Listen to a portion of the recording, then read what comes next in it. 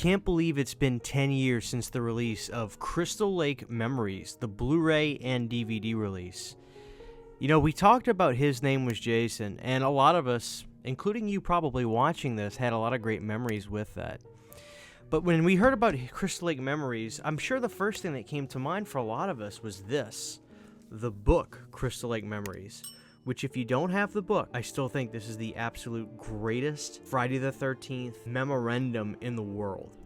Peter Bracke created this book and went through painstaking interviews to get every bit of information that he could. And the truth is, a lot of these Friday the 13th movies weren't exactly cakewalks or circus events when making them. They were mean, cruel, cold, bitter, nasty, a pain in the ass. But then when we got the announcement of this, everybody was super excited. Crystal Lake Memories, the complete history of Friday the 13th. I'll never forget getting this Blu-ray, looking at the back, and seeing that enormous number, 400 minutes long. Our dream had come true. We were finally getting this Friday the 13th documentary that was chronicalizing every film from A to Z with painstaking detail. I couldn't wait to get my hands on this. I'll never forget the first time watching this was a hell of an experience. I just started my new job. And the first thing that happens on my first week is I get the flu, a horrible case of the flu. And I remember just being home on the second or third day I was supposed to start and having nothing to do all day but just lay on the couch waiting to get rid of this flu and sitting there and watching Crystal Lake Memories. I felt like crap. I couldn't see straight. My head hurt. But this was so good even then. During the flu, it was the best 400 minutes of my life. Now, when it came to His Name Was Jason, I talked about how there really wasn't a timeline of events on that documentary. They were kind of just all over the place, weaving in and out of certain things about the franchise and talking about the impact.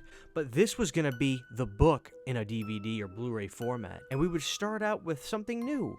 Corey Feldman giving us a narration, if you will, with a campfire thing going on between each movies that was really cool. If you look around, you can spot Peter Bracke and some other cool people. But sure enough, here we were diving into each film, going over new details, old details, and just breaking down the behind the scenes. What was really great about this was learning a lot of really cool behind the scenes factos that you never got from His Name Was Jason. For instance, in part 3, you learn that the final girl became a prominent journalist, but even when she was working at a news station, she would constantly get mail about Friday the 13th Part 3. We got to learn a little bit about Crispin Glover, and we learned that he was kind of an eccentric guy, kind of quirky and weird on set. He would stay to himself. We learned that Ted White really didn't like Corey Feldman. What was really funny was in Friday the 13th Part 5 segment, we learned about how Danny Steinman directed the lovemaking scene like a straight-up porno. I can't really repeat what the editor said in the documentary, but basically he was telling the guy to go hard on Debbie Sue Voorhees. It almost made it sound like they were legitimately having sex on set. I don't know if that's true or not. I would have to think not. Go watch the documentary for yourself and listen to what the editor says. Funny moments where he gets told to edit it like a Pepsi commercial. We learned that Melanie Kinnaman expected to be drove around in a limousine every day on set for Friday the 13th Part 5. It was great for Friday the 13th Part 6 seeing Tom McLaughlin do a new interview for this, and then they all talked about this really cheap associate producer guy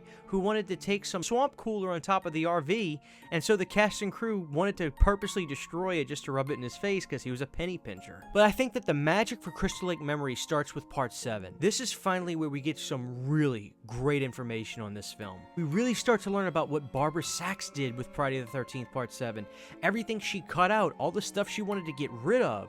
How that when they blew up the house in the film, it damaged the equipment and they could barely get enough footage to scrape them being able to piece together the house blowing up. We got to learn more about Kane Hodder's introduction in this film. All the stuff that was cut out was just bizarre because it all made sense. What the hell was wrong with Barbara Sachs? It's sad that I have this woman's name memorized, but she destroyed a film. She took out everything about the movie that made sense. But what really got my heartstrings on this documentary was the in-depth talk about Friday the 13th, the series. Never before have I heard anything that would give me information about the show, the production, how it came about, the behind the scenes, the actors. We get interviews from John D. LeMay on here talking about the series, why he left for season 3, the making ofs, the production values, Fred Mullins' music.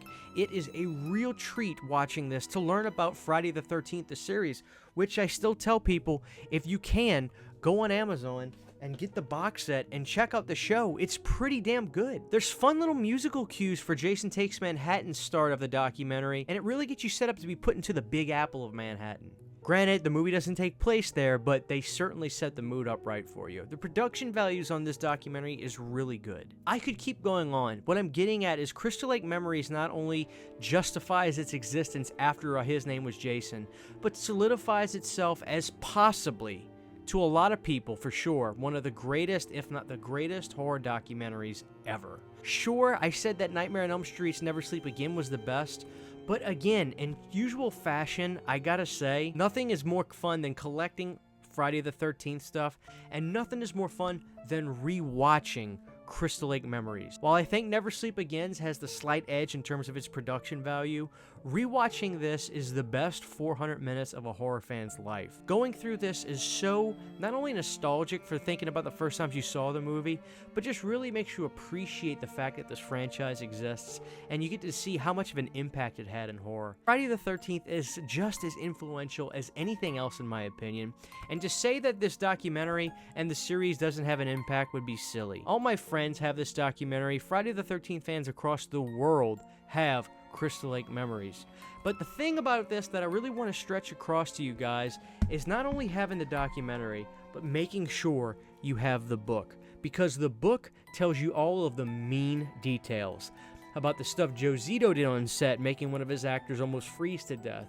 How much Ted White really hated Corey Feldman. Stuff like Rob Heaton telling V.C. Dupree, hey man, I want you to have this role, but you gotta gain weight and get strong. When he showed up for his audition, he was a really scrawny guy, and so he had to try to start working out and taking a bunch of creatine and protein powder. All this stuff is in the book that's not in the documentary. So while the documentary gives you the truth and not so much fluff, the book gives you the mean, dirty detail. They are a perfect combination, and you cannot have one without the other. So next time you're deciding on which Friday the 13th you want to watch, or even if it's a Friday the 13th coming up and you're trying to figure out which one's going to be this time, I know we have a Friday the 13th coming up in October this year. How about instead of binging maybe one of the films, for the 10th anniversary, put on Crystal Lake Memories, one of the greatest horror documentaries ever made. Jason is an icon, and this documentary is just as good today as it was 10 years ago. Thank you guys for watching. I'll see you next time. Huge giant thank you to all of my Patreon supporters. Without you guys, this would not be possible. To get behind the scenes photos, videos, music, private live streams, and much more, you can subscribe to my Patreon for as little as $1 a month. Thank you to my patrons.